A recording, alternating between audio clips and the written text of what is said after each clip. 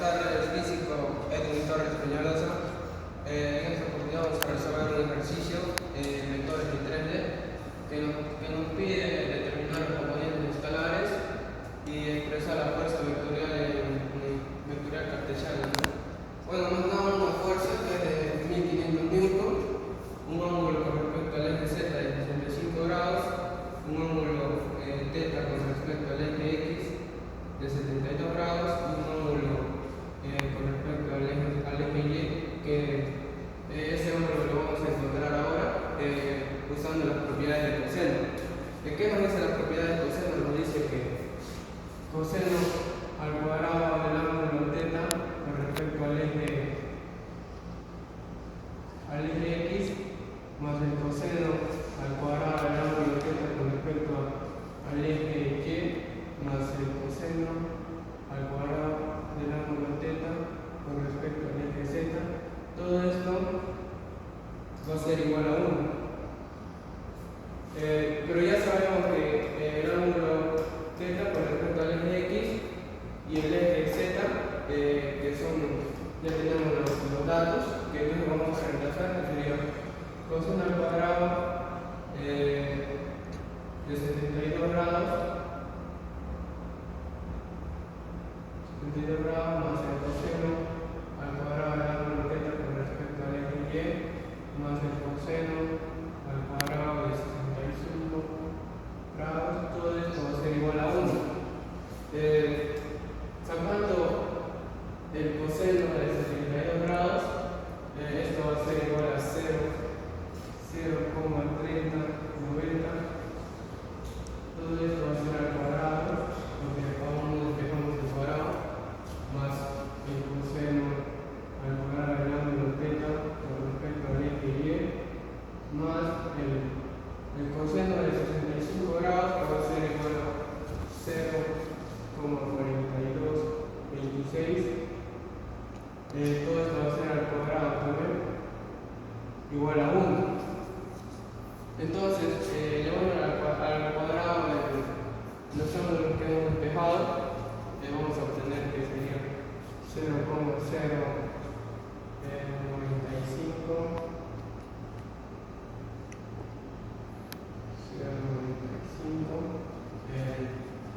58 más el coseno al cuadrado del ángulo teta con respecto al eje Y más el 0,4226 al cuadrado, 0,1786, que esto sería todo igual a 1. Entonces, despejaríamos la coseno al cuadrado del ángulo teta con respecto al eje Y, que sería la coseno al cuadrado, va a ser igual a 1 menos 0,095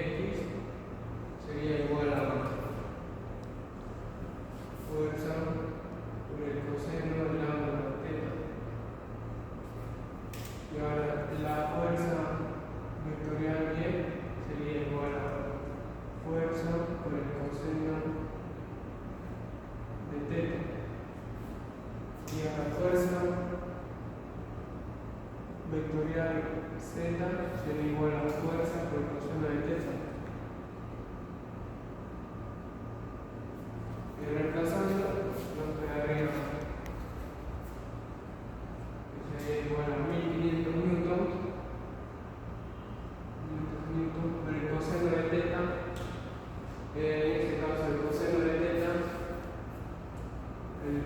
sería el coseno de 72 grados, ¿no? Sería 0,3090. 0,3090. Y la fuerza vectorial de Y va a ser igual a 1500 newton por el coseno de teta, que el coseno sería de 31,57. Sacaríamos el coseno, tendríamos 0,8519